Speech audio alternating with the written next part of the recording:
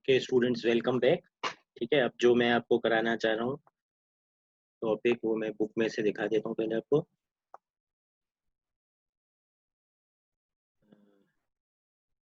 ये थोड़ा सा ठीक है, वही प्रॉब्लम है जो अभी हमने सॉल्व किया था। अब जो मैं आपको करा रहा हूँ दैट इज, ठीक है, ये कुछ और एग्जांपल्स हैं, ये आप देख लीजिएगा। इसमें और भी कुछ कॉम्बिनेशंस हैं, मे बी रिलेक्टेंसेस को पैरेलल में करने का तरीका जो मैंने बताया था वो भी है। ठीक है, अगर उसमें मल्टीपल एल्बोज होती हैं आपकी उसमें, तो रिलेक्टेंसेस पैरेलल में हो जाती है।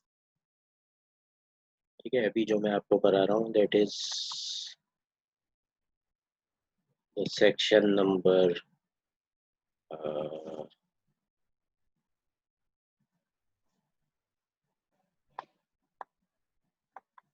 ये फैराडेज लॉ में आपको बता चुका हूँ ऑलरेडी। ये इंड्यूस ईएमएफ जो होता है,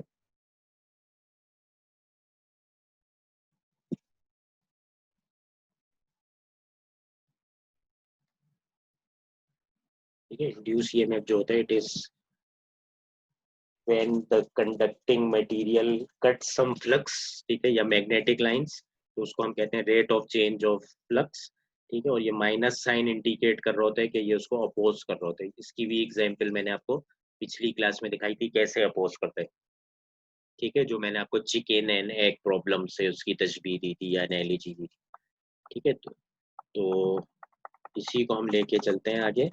ठीक है, अब बेसिकली प्रॉब्लम जो है, जो हम मैं भी आपको कराने जा रहा हूँ, वो ये कराने जा रहा हूँ कि एक तो हमने कहा था there is a force on a conductor. ठीक है, जो हमने कहा था फ्लेमिंग लेफ्ट हैंड रूल से आ रहा था। ठीक है, उसके बाद हमने कहा था ईएमएफ या induce current in a conductor जब वो फ्लक्स को कट करता है, और उसको लिए हमने कहा था फ्लेमिंग राइट हैंड रूल इस्तेमाल करेंगे। तो अब तक हमने जो ये राइट हैंड रूल और लेफ्ट हैंड रूल इस्तेमाल किया था, इससे हम सिर्फ डायरेक्शन फाइंड कर रहे थे कि फोर्स की क्या डायरेक्शन होगी और इंड्यूस करंट की क्या डायरेक्शन होगी। ठीक है, लेकिन प्रॉब्लम इसके अंदर ये थी, इसमें हम अपनी फिंगर्स को यूज कर रहे थे। ठीक है, लेफ्ट हैंड रूल के अंदर इस तरह से यूज कर रहे थे कि ये सेकंड फिंगर है, ये थंब है, और ये फील्ड है। ठीक है, सेकंड फिंगर, फर्स्ट फिंगर, और ये, तो जब हम इन फिंगर्स को खोल रहे थे तो हम कह रहे थे कि हम इनको ऐसे खोलते हैं कि सबके दरमियान में 90 का एंगल होता है। ठीक है, ऐसे भी 90 होता है, ऐसे भी 90 होता है, ऐसे भी 90 होता है। तो हम इन दोनों रूल को जब फॉलो कर रहे थे तो इसमें सारी फिंगर्स को हम 90 डिग्री पे म्यूचुअली खोल रहे थे, एक्स वाई जेड एक्सिस में। ठीक है, लेकिन अब प्रॉब्लम ये है कि अगर नॉन 90 डिग्री का एंगल आ जाए फिर क्या करेंगे आप। ठीक है, नॉन 90 डिग्री का एंगल भी आ सकता है आपका।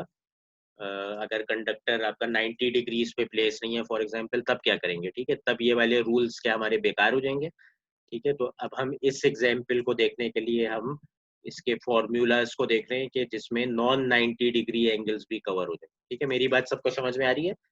जो हम फ्लेमिंग्स के हैंड रूल इस्तेमाल कर रहे थे, उसमें पहली लिमिटेशन ये थी कि हम कुछ निकाल नहीं रहे थे, सिर्फ डायरेक्शन बता रहे थे। तो अब हम कुछ निकालना भी सीखेंगे, और दूसरी उसकी लिमिटेशन ये थी, उसमें हम फिंगर्स को 90 डिग्रीज पे म्यूचुअली खोलते हैं। और अगर आपके पास कोई ऐसी एग्जाम्पल आ जाए जिसमें 90 डिग्री के अलावा कोई एंगल हो, फिर क्या करेंगे। ठीक है, तो उसके लिए हम जो करेंगे वो यहाँ पे नजर आ रहा है आपको, सेक्शन 1.6 पे। ठीक है, अब ये वाला एग्जाम्पल जो अभी फ्लैश हो रहा है, इसको जल्दी से करके बताएं। इसमें करंट है किसी कंडक्टर के अंदर डाउनवर्ड, और इसके अंदर फ्लक्स जो है वो इनटू द पेज है, क्रॉस का मतलब होता है इनटू द पेज। तो फोर्स का डायरेक्शन आपने निकालना है, तो कैसे निकालेंगे। ठीक है, यहाँ पे तो उसने बताया हुआ है आपको, लेकिन निकालेंगे कैसे, कौन सा रूल लगेगा, सबसे पहले तो ये बताएं। ठीक है, one of you can write sir 90 degree या 180 डिग्री होगी, क्या चीज 90 180। ठीक है, मैं बाद में आपका सवाल अभी समझा नहीं। ठीक है, लेट से इसमें फोर्स का डायरेक्शन आपको निकालना होता है। यहाँ पे तो गिवन है फील्ड का और करंट का डायरेक्शन अगर गिवन हो आपको, which hand rule you will use. ठीक है, चैट पे भी आप बता सकते हैं one of you can unmute and also talk. ठीक है, लेकिन एक वक्त में एक ही बंदा अनम्यूट करेगा। ठीक है, जल्दी से बताएं कि अगर इसमें फोर्स का डायरेक्शन निकालना होगा तो which rule you will use, right hand rule या लेफ्ट हैंड रूल।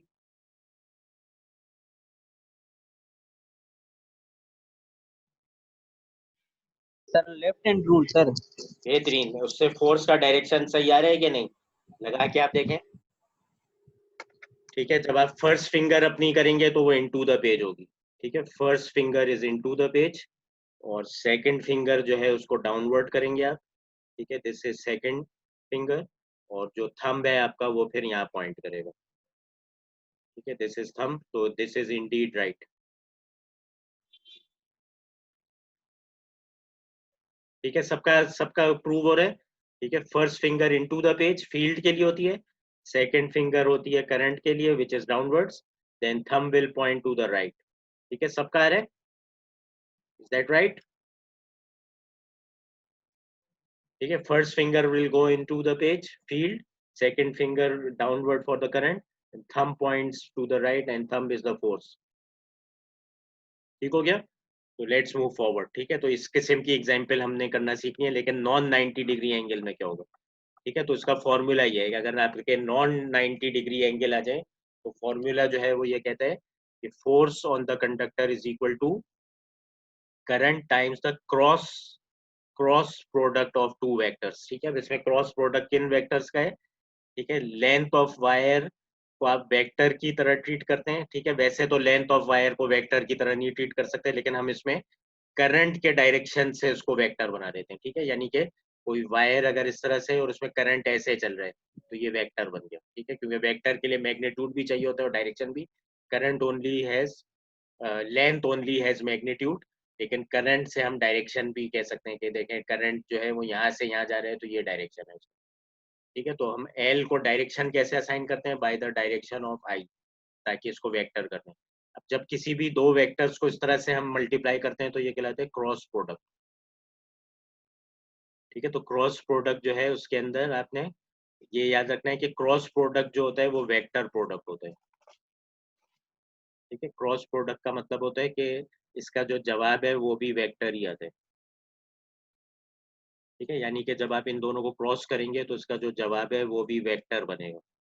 ठीक है, उस वेक्टर को आप इस आई से मल्टीप्लाई कर देंगे तो फोर्स आ जाएगा। Force is equal to current into the cross product of L times B. ठीक है, और इसका जो ब्रेकअप होता है वो क्या होता है? वो ये होता है कि magnitude of L multiply by magnitude of B multiply by the sine of the angle between that. ठीक है, अब ये थीटा कुछ भी हो सकता है 0 से 90 के दरमियान। ठीक है, तो इस तरह से हम नॉन 90 डिग्री एंगल्स को केटर कर सकते हैं। ठीक है, सबको ये बात समझ में आ गई? तो ये फॉर्मूला आप हमेशा याद रखेंगे, it is equal to I into the cross product of L into B, where B is the field, L is the length of the conductor, लेकिन उसको वेक्टर हम कैसे बना देंगे? by the associating the direction of current। ठीक है, and I is the magnitude of the current। ठीक है, जब वेक्टर प्रोडक्ट होता है कोई भी क्रॉस प्रोडक्ट हम लेते हैं तो उसका जवाब होता है वेक्टर, यानी कि इस वेक्टर का भी कोई डायरेक्शन होना चाहिए। तो इस वेक्टर का डायरेक्शन कैसे आप निकाल सकते हैं? राइट हैंड रूल से। ठीक है, राइट हैंड रूल जैसे अभी तक हम इस्तेमाल कर रहे थे वैसे ही करेंगे। First finger is the first vector which is L, second finger will be the second vector which is B, और thumb will point in the resultant direction। ठीक है, तो इसका जो resultant direction का vector है वो आप right hand rule से निकालेंगे, और उसका resultant direction जो है वो किससे आएगा? thumb से आएगा आपके पास। You use the right hand rule and direction will come from the thumb। First finger किसके डायरेक्शन में होगा? एल के। Second finger will be in the direction of B, thumb will point the direction of this resulting vector. ठीक है, क्योंकि cross product के जवाब में आता है वेक्टर, और उस वेक्टर को जब आप इस स्केलर आई से मल्टीप्लाई कर देंगे तो उसका जो फाइनल जवाब है फोर्स वो भी वेक्टर होता है। ठीक है, क्योंकि आपने फाइनल फोर्स भी वेक्टर की तरह निकालना है, तो इसका जवाब जो है वो क्रॉस प्रोडक्ट की वजह से वेक्टर आ जाता है, उसको स्केल कर देते हैं हम आई से। Is everyone okay with this?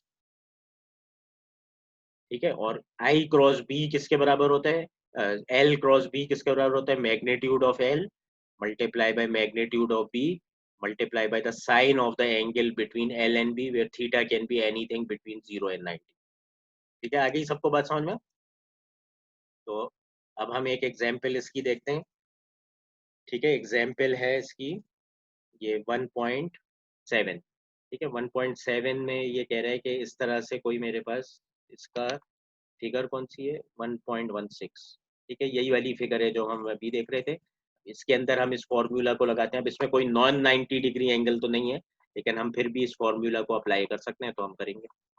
ठीक है, वो कह रहे हैं कि इसके अंदर जो P की वैल्यू है वो है 0.5 टेस्ला इनटू द पेज, और फोर्स हमने निकाल लिया है, लेकिन अब हम फॉर्मूला से निकालेंगे। ठीक है, वैसे भी हम डायरेक्शन ही निकाल रहे थे, तो अब मैग्नीट्यूड भी निकाल लेंगे और डायरेक्शन।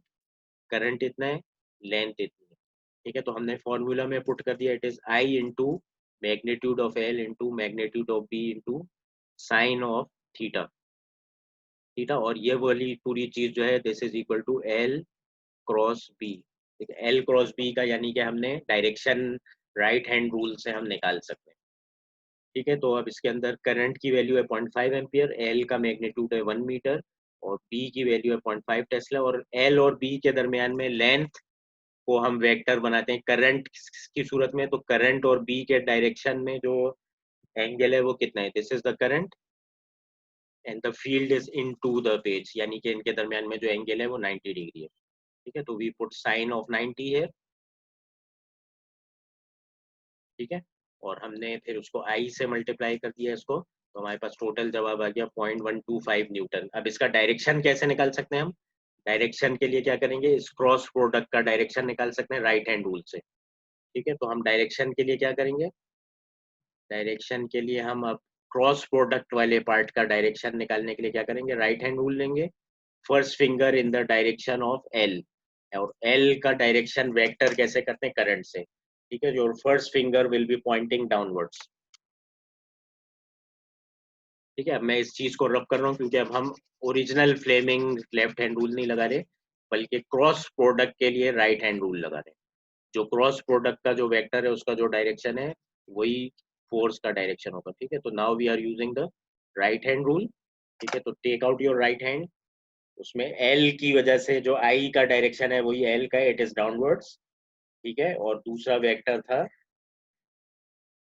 दूसरा जो वेक्टर था वो क्या था, वो था बी।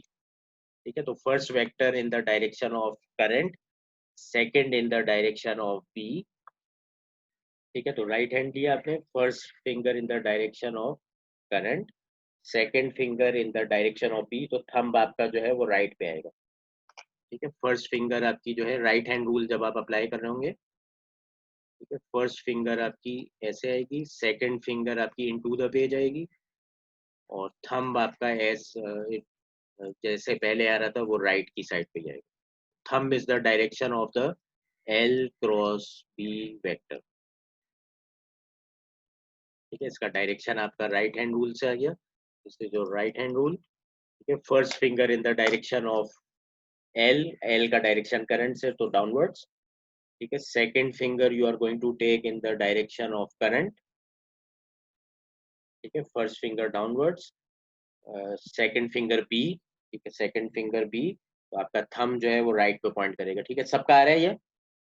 ठीक है, इसमें आप राइट हैंड रूल इस्तेमाल कर रहे हैं।